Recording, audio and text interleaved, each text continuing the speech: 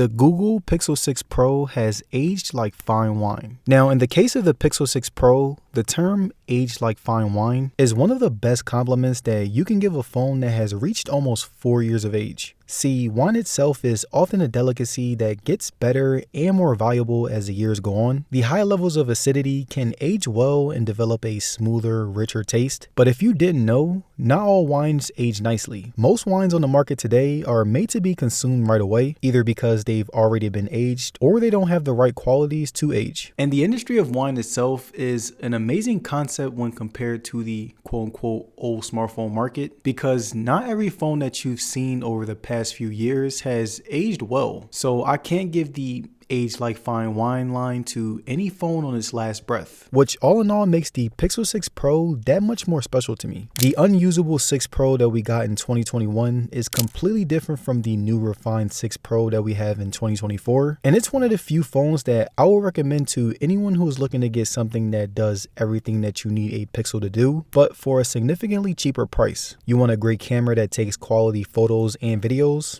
Check. You want the latest Pixel software along with a majority of features from the Pixel 9 Pro? Check. You want a great looking build that still has that signature Pixel look?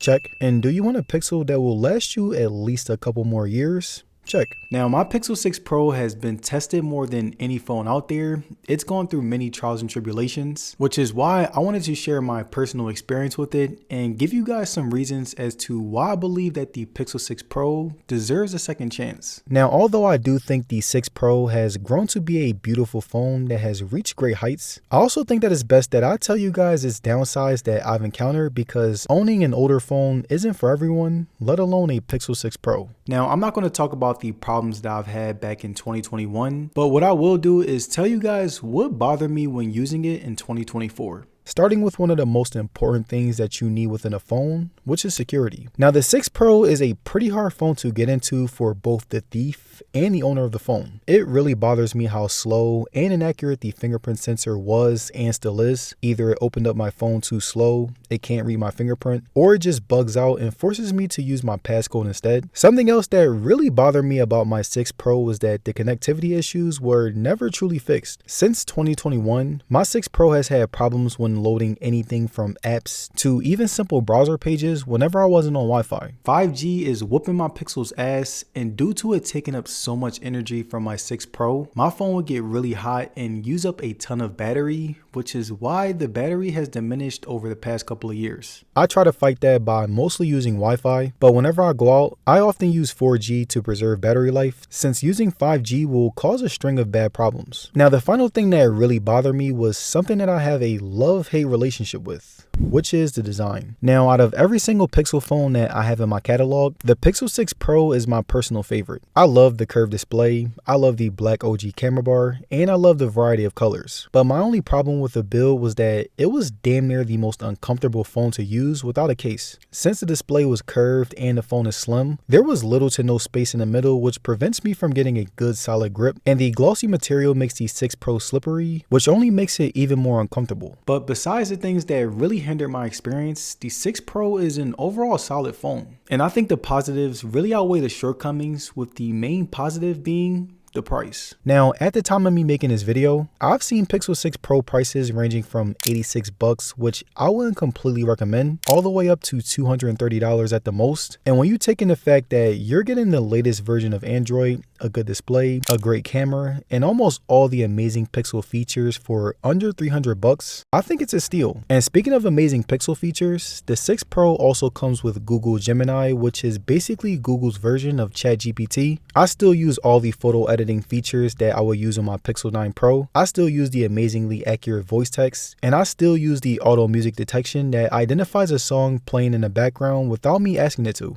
Overall, the 6 Pro feels damn near the same when it comes to experience when compared to the newer Pixel phones. Also, Google has confirmed that the Pixel 6 series will be getting an additional 2 years of OS updates. The 6 series will get updates to Android 16 and Android 17, which basically means that the 6 Pro will be up to date until 2026. The display on my 6 Pro still gets the job done compared to other mid-tier phones in this price range. It has a much better resolution at 1440p. Everything looks sharp, the colors were drenched drenched in realism. The beautiful viewing experience, accompanied with the amazing screen real estate, added to the quality experience. My only complaints about the display was the accidental touches from the display damn near not having any bezels, and the brightness being extremely low when compared to not only newer phones, but also any Pixel that came after it. The Google Tensor chip has aged pretty well for me. It runs any power heavy app efficiently whenever I'm on Wi-Fi and 4G. I tested out some games on it like COD Mobile and Asphalt 9, and as you can see right here, it was able to run everything at a pretty good rate. Nowadays, I can last for a good majority of the day. I end my days around 5% whenever I'm on Wi-Fi and 4G. The charging is pretty slow, but the fact that this phone is older and is really cheap,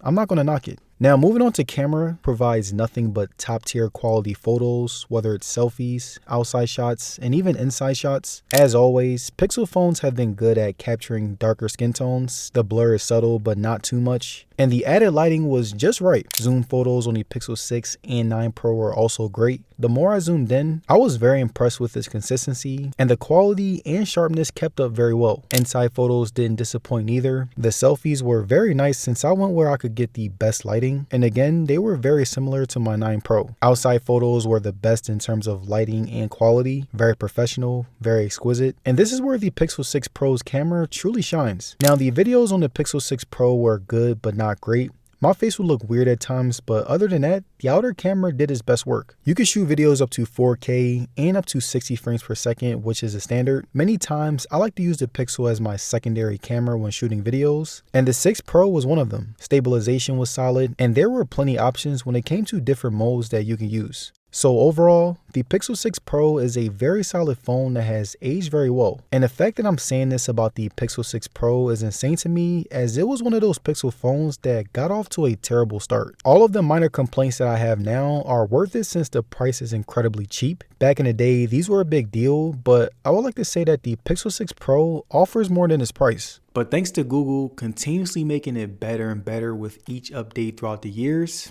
I can truly say that the Pixel 6 Pro aged like fine wine. Peace.